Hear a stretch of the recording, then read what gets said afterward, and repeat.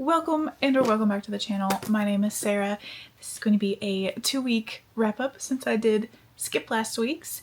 So let's get into the books that I've read the past 2 weeks. So the first thing I finished, because it seems I have entered my audiobook era again, is Battle Mage Farmer by Seth Ring. And I listened to this on audio. I mentioned 2 weeks ago this was voiced by Michael Kramer, who is not my favorite narrator. He puts me to sleep, I'm going to be honest with you. So I have to speed him up quite a bit. But this actually worked out really well for me. I enjoyed it a lot. This is about John, who was summoned into this world at the height of a war. And I'm trying not to spoil too much about it because it is a bit mysterious at the beginning of who he is and where he's come from. And he survives this war. And at the beginning of the novel, he is retired and he is moving to this land that he has the deed from the king. And that deed entitles him to the land and to the animals that were on that land at the last check. So he finally arrives after weeks and months of travel and he moves in. And it is the town and his settling in, his learning to make things, production, that sort of thing. And there is an ulterior motive to it. I'm going to move the camera while I talk. There is a bit of an ulterior motive to it for him because he has this counter almost in his mind. He is having to prevent something from happening. And somehow, not only does he want to farm and retire, but he thinks if he manages to do so, he will prevent this big thing from happening. That's going to be your bones. Now we have John, so he settles. He quickly not adopts, but ends up with a young woman and a little boy who stay on the farm with him. They were keeping the farm with the previous owner, and when that owner died, they stayed and maintained the farm. He meets various villagers that he strikes up relationships with. We learn about the classes because this is a lit RPG. There are classes and stat blocks. And we learn about various powers, myths, and legends, and if those are real, if they're not. And the whole time, he's just farming. We are Ox here, who I absolutely love, and I cannot remember the name that he gives him. But this ox ends up acting like a little boy. It has my favorite trope of you feed mana or magic to a creature, they become somewhat sentient and intelligent, and they act out of the norm. It's great. There's also a rooster later. Love that. And it was fantastic. And there is a really good meta plot teased at in this. So I am super excited for Germination, I believe, which is the second book. I have it on audio. And after I finish the one I am reading now, I am going straight into that. So I loved this. I recommend it. It is what a reviewer on Instagram that I enjoy, Noah Brisk Reads, I think it's his handle, calls epic cozy fantasy. That's what this is. It is epic. It is cozy. And it's just engrossing. I loved it. I do recommend it. And I believe, I cannot remember, I think it's an imprint of Simon & Schuster. They are doing light novel adaptations of these. And I don't know what that entails, but it's a little weird for me. But they are coming out later this year. So maybe keep an eye out for that. I'll report more as I learn more. But there is a sort of pseudo adaptation coming. We'll see. I'll let you know once I've researched it a bit more. But I loved it. I gave that 5 stars. It was great. The next thing I read was also a banger, and that was Lucky Day by Chuck Tingle. Oh my god. So this is about, what was our main character's name? Goodness. No! I can't remember her name. I'm terrible at this. Normally I write names down because I can't hold a name in my head. Even for people I meet. I'll remember a face, but not a name. Vera. There is this event that happens, the low probability event, in which hundreds of thousands of people die. No one knows what caused it. And when I say low probability event, the reason it's called that is because in the span of a few hours, I don't even think it was a few hours, I think it was a few moments, all over the country and the world, even though America was hit the hardest, these really unusual things happen and just kill people. For example, at one point in this event, because we see it happen live through Vera's eyes, a monkey that was being a chimpanzee, I'm so sorry, my friend would kill me, that is an ape. A chimpanzee who is being transported from one zoo to another crashes against another low probability event that is happening. He escapes, he makes it to town, he tries on clothes in a theater and manages to get out, and then goes on to murder a bunch of people with a typewriter he picked up in the theater. And that's happening at the same time as like balloons, like the Macy's Day Parade balloons, slipping loose and noosing a bunch of people and hanging them as they float through the sky. Like it's stuff like that, stack on stack on stack. So she is watching these events happen bam, bam, bam, bam, bam, within seconds of each other. She sees the chimpanzee, she sees the balloon, she sees these wild car wrecks. She survives this, but she loses someone and it breaks her, and she basically loses her whole life to this. She was a statistics professor as well, which means this just blows her entire world out of whack. She likes order and she likes the probability of things and she believes in that, and this just destroys all of that. 4 years later, she is living in depression. She is constantly thinking about ending her life.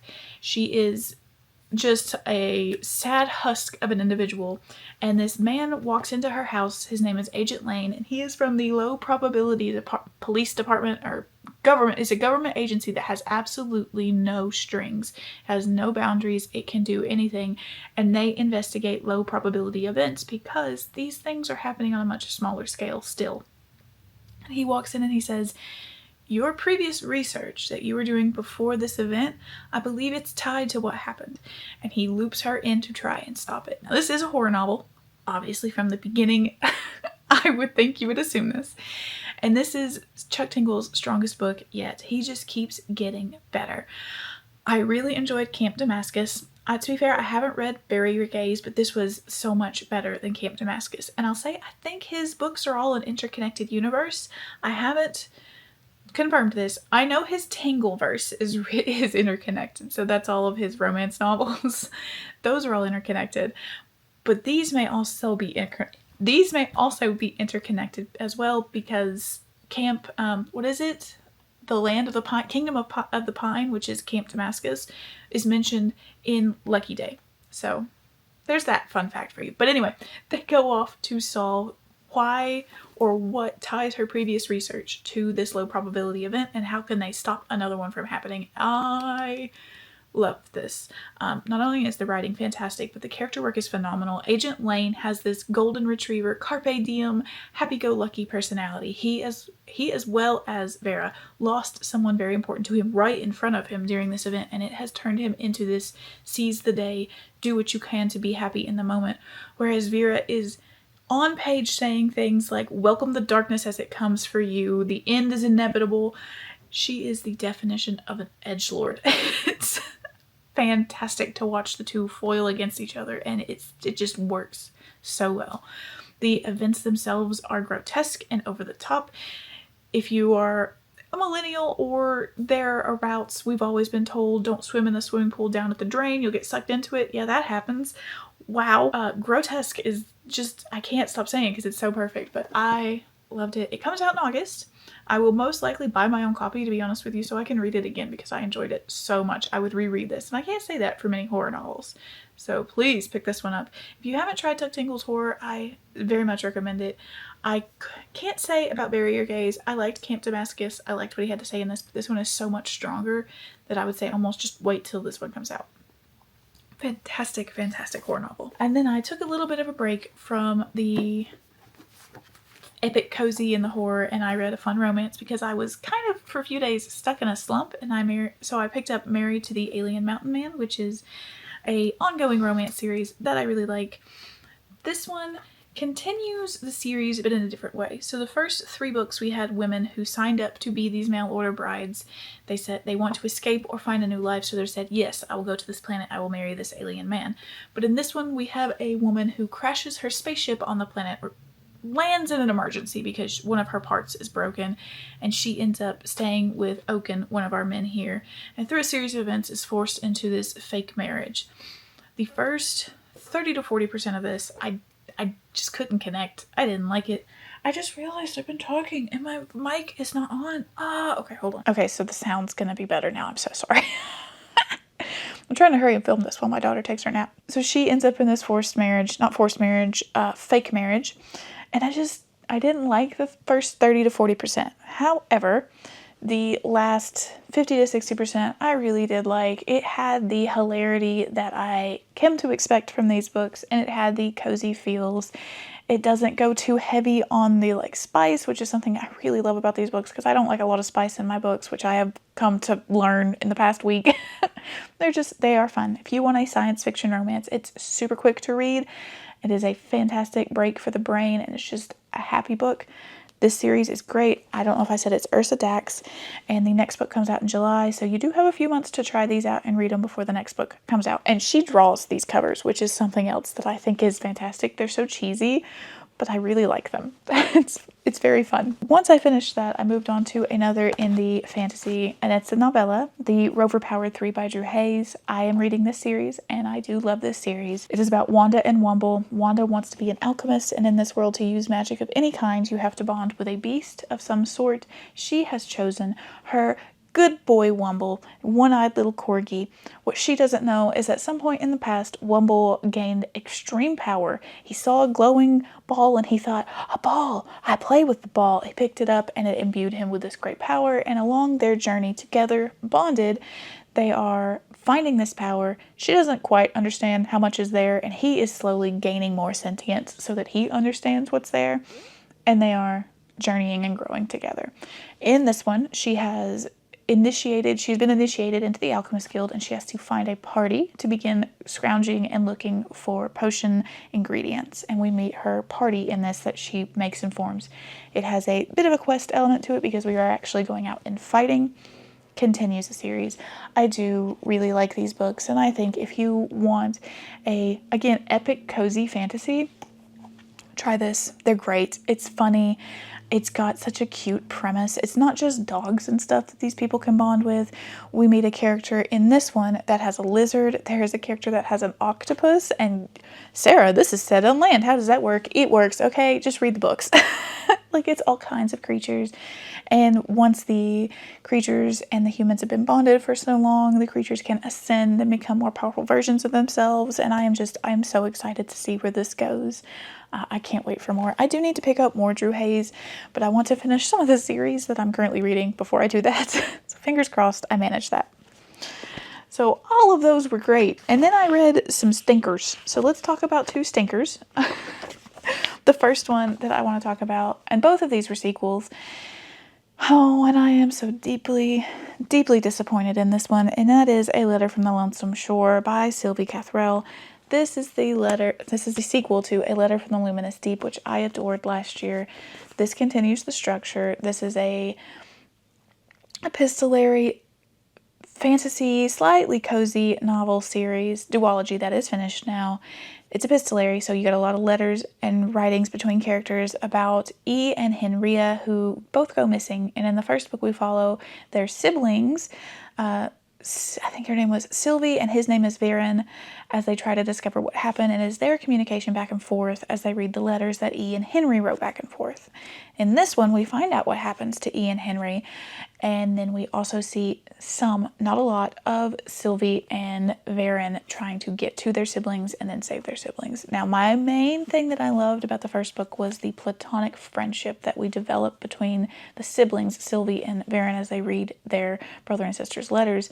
They're both married, and they just become the best of friends. And in this one, we are unfortunately stuck with E and Henry, and oh my goodness, we got a full 30-40% of this book that I just felt was completely bogged down and unnecessary.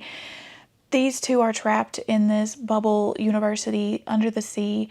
They don't know how they got there. They don't know how to leave or if they can leave, but we get pages upon pages upon pages of them just waxing on and on and on. Should I hold her hand? Should I stand close to her? And it's not in the way that you really like in a romance where it's a slow burn, drawn out thing. And it's not even in the casual way that you get in fantasy where it's just oh, I don't know if I should hold her hand. I just won't. And things happen. No, this is agonizing, anxiety-riddled thought processes and mulling over this. It was so much, and it was too much. I appreciate a good mental health representation in a book. I have had some bad mental health the past couple of weeks. I understand, I appreciate it, but this took away from the story itself to linger and mull and moan, and it just... Oh, no. No, no, no, no, no, no, no. Not only that, but not only are they doing this, they're doing this to the detriment of their own situation. Like, they are trapped here. I would be clawing at the walls. And these two are just like, okay, well, I guess I'm gonna be here forever now. Like, oh, my friends, stop. So I couldn't with this one. I didn't like it. I gave it, what did I give it? 2 stars? Maybe it's closer to say 1.5. Safe to say, I'm not buying a copy to finish my series. I'm not even sure if I want to keep the copy I have of a letter, the Luminous Deep book, because, like, what do you do with that? And I will say, if you read the first one, if you read it and you loved it, maybe just stop there. Like, just stop there. Everything works out. We know it does. It's a cozy. Just don't go further. The other stinker that I read was, and this is again a sequel, but this is of a trilogy, and I am not finishing the trilogy, and that's Stardust in Their Veins. I don't know what I can tell you about this. I read Castles in Their Bones, I had to look, it's right there, like a 1.5 years ago, and I put this one off for way too long, and I am slowly working through the books on my shelves and my e-arc shelves, which is why this seems a little bit like everywhere. The end of Castles in Their Bones is a banger. So the Castles in Their Bones is about 3 siblings who are married off to 3 different kingdoms because their mother wants to take those kingdoms out from underneath the people who rule them. Her aim is to rule the whole empire, and to do that she has to take these kingdoms. At the end of the first book, something happens to one of the girls, and in this book we follow the remaining 2 siblings, and we get a new point of view character. Our new point of view character is basically one of the already still in here sisters, just her exact same voice, looking at things from a different perspective. So I did not understand why that was necessary. Could we have not changed that or just left it out and widened the scope? I think it was Sylvie who she was sounding exactly like. And then this was, nothing truly actually happened of a lot of import to change the plot. We just sat around and talked a lot, which is shocking considering how short these chapters are. It was a lot of sitting, it was a lot of minutiae, like political maneuvering that didn't really seem to pay off. And I also was not happy with the way grief was handled in this. These people should have been far more impacted by the first book, but they weren't. And I was left just, okay, that's a book I read and I'm vaguely disappointed in. So 2 stars again for this one. Was it a 2 or was it a 1.5? It's a 2.5 actually. That's generous of me. My goodness. So no, not continuing. Can't say I recommend. It is a like older YA fantasy, and I am kind of out of my YA fantasy, so that could also be it. But I think a lot of it was I waited too long. So there you have it. And finally, the last 3. So the last 3. I mentioned I was in my audiobook era. I finished Gate of the Feral Gods, which is right up there, but I'm not going to get up and get it, which is the 4th Dungeon Crawler Carl book, which is fantastic. I started that book last year and just didn't get to finish it because I couldn't do audiobooks for the past couple months. I didn't have the focus nor the time, but I do now have that, and I finished it. Fantastic. I continue to love Carl so much. It is a fantastic series. It is a post-apocalyptic. The tagline is, "The apocalypse will be televised." Humanity is almost wiped out. The remainder of humanity that were not in structures that were flattened are sent down into the dungeons beneath the earth, and it is televised to the universe of a bunch of wild people and aliens, and you have to progress through the dungeon levels to try to escape or get offered a job so that you survive. It is a little gory, not too bad. It's a little gory. It's a lot wacky. It's about Carl and Princess Donut. Princess Donut is his ex's cat who he is watching and he saves. She does gain the ability to talk in a class, and she is a talking character. She is much beloved. If you Google Dungeon Crawler Carl, you're going to get all kinds of Princess Donut stuff. And, like, it's just great. I recommend it. I'm not going to give a full review or synopsis because I had read the 4th one. This one, I didn't like the level layout because each dungeon level is a little different. I didn't like this level layout. It had bubbles that they had to pop, that had like zones in each bubble. So there was a water, air, land sort of thing. I wasn't wild about it, but I did like some of the meta plot that we explored. we're starting to get a bit darker. Carl's thing has always been, you will not break me, in that he will not go mad. He will not turn truly evil. He will not hurt his fellow humans. His goal is to always save the other people in the dungeon as much as he can. So he says, you will not break me. I will not become what you want me to become, and that is a killer. But in this one, we see that changes from you will not break me to I will break you. His goal now is to save humanity and take out the people that orchestrated this. And we start to see that actually take form here and take shape. And I loved it. For those that know, I cannot wait for Quan to get what is coming to him. I'm so glad Carl ripped his arm off. Eat it, Quan. And there is a major plot line here with the two parents. If you are like on the second or third, you'll know what I'm talking about. It is resolved at the end of this, and so that's great. Can't recommend the series enough. I do love it, and yeah, I will pick up the 5th one probably after I finish the next Battle Mage Farmer. That's the plan, I think.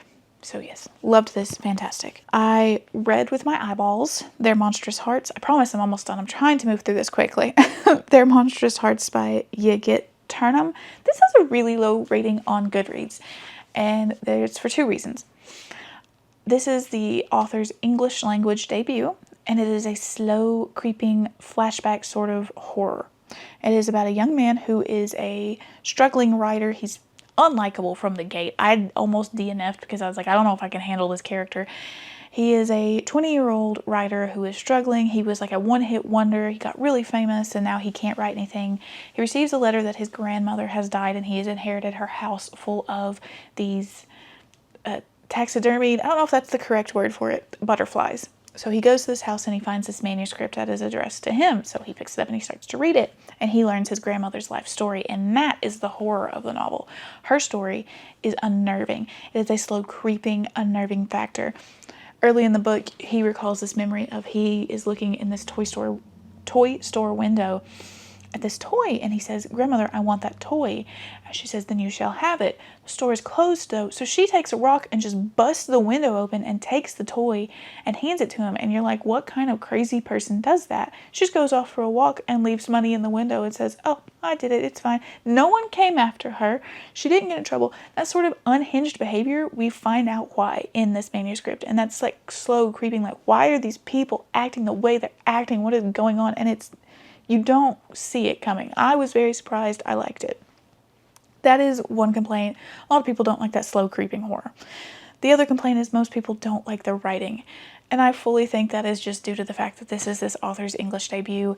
He is Turkish, and it's a little choppy. It's a little rough, but it reads so quickly that I just came to ignore it, and I enjoyed it ultimately. So give it grace for that, and you, I think, will enjoy it in the long run. It's very short. If you want a physical copy, it's very beautiful in person.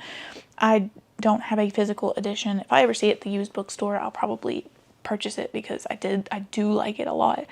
But it's a little weird. It's a lot unhinged, and it's very creepy, and the ending is fantastic. It has my favorite kind of ending. So it was good. And finally, the book that I finished yesterday, which was an audiobook, was The Scattered Bones by Nicole, what was your last name? Scarano? This is a really short audiobook, and I mentioned a minute ago that I found I don't like a lot of spice in my books. This book is what helped me to come to that realization. I gave this a 4.5. I love the story and the idea here. This is about a woman who is looking for her husband's scattered bones. He was punished for what he did. I'm not going to say what he did. And he was cut to pieces and his bones scattered to the edges of the world. And we follow her as she takes this horrendous and horrible journey to recover those pieces, to bring them together, because this man, the stranger she calls him, has sworn to her if she can find all the pieces, he will bring her lover back to life. Now, the current timeline of her doing these trials, this journey, loved it. But we also had the timeline of her in the past meeting. His name is Cade, but she calls him her thief. She meets him and they fall in love. And while I enjoyed it, there was far too many spicy sex scenes in that portion. I think we could have lifted out at least 2 to 3 of those and they would have been completely like unmissed. All right, we didn't need them. Then I was listening to this on audio, and Spice does nothing for me to begin with, and on audio it's even worse. I was skipping forward through it, and at the end of the book I was like, I can't listen to any more of the Spice scenes. I loved the audio book except for that. So I picked it up on KU and actually finished it. Fantastic story, except for that part. I loved the world. The world felt concrete and well built, and like the author put a lot of work and effort into it. It was well described. I was super invested, especially once we get to the part with Lovak the Hunter, which is I think the second trial or the third trial she goes through. Like, fantastic world. Would love to see more in that world. If she were to write a sequel, I would pick that up. Just 10 out of 10. Loved that part. Just too many sex scenes. There's too many sex scenes for me. Too much Spice. I think to steal Becca from Bex Read's scale rating, this had like maybe a 3 to 4 chili pepper. I want like a 1 to 2. The only author I will willingly pick up knowing that the Spice level is going to be too high for me is Katie Robert, and that's just because I enjoy her writing and it's very readable and enjoyable. So like, there you go. It's really good. I really like it, but I do think there's too many sex scenes in it. So, oh my gosh, we're done. That's everything I read. This is why I do weekly instead of bi-weekly wrap-ups. Now, I also got a lot of books in the past 2 weeks, and I want to talk about them, but there's too many, and it's already at 30 minutes, so we're not going to do that. I might film a book haul. So instead, what I am reading, I am currently listening to The Sword Defiant by Gareth Hanrahan. I think that's how you say it. I have the physical copy on these shelves somewhere. I need to dig it out. I'm loving it. I'm 2 hours in. There it is. I needed a epic fantasy to sink my teeth into, and this is just perfect. This is about a man in the years following this group, the Nine. They defeat the Bone King, this great, I think he's an undead, I'm not so sure yet, this great evil force that came to wipe out humanity and take control. They defeat him. They lose one of their own in the process, and our main character gains the Sword of the Bone King, which is a evil sword that talks and is like very actively trying to maybe get him killed, but he carries it because if anyone else were to carry it, that would bestow amazing power on them, and basically the Bone King would return. So he carries a sword, and at the beginning of the novel, we find out that someone is trying to bring that man back, bring the Bone King back, and it's one of the 8 that remain. One died in the fight. It is one of the 8 heroes that is doing that, and he has to figure out who, and I'm loving it. The audiobook is really well done. This may, unfortunately, though, be a case where I can't listen to the audiobook fast enough. I'm going to have to read it, so I might have to pick up the ebook, which I do have, and just read through it really quickly. So I really like that. Okay, thought that was a phone call. I am also reading on my phone when I don't have anything else going on, the Boba Shop in the Demon World? Boba Shop in a Demon World? One of the two. It's by R.C. Joshua, and it is a cozy transmigration novel. Gentleman died in our world and he wants to come to another world because he's given that option, and he says, send me to a nice world, and he is sent to truly a nice world. These people are amazing, and he is finding his class, and he's going to he's going to set up a boba shop, I assume, a tea shop of some sort, because his class is tea master. It's just cozy. It's cute. I like it. There's all kinds of animal people, and it's good. And my physical book is still Legends, A Song for Legends Lost, and I promise I am going to try and read it this week. We are going to Dollywood tomorrow, my family and a friend of ours who gets free tickets, so I am going to take it with me to see if I can read while we go down the road. We don't live far from Dollywood. We're like an hour and a half to 2 hours away, so I'll hopefully get some reading time in then. If I don't finish A Song for Legends Lost, I'll finish Boba Shop. So that's it. Thank God I got it done. I'm going to edit this and schedule it so that it goes up while I'm in Dollywood and y'all can enjoy it. Thanks so much for watching, y'all. Like, comment, subscribe, all that good stuff, and I will talk to you guys again next week. Bye.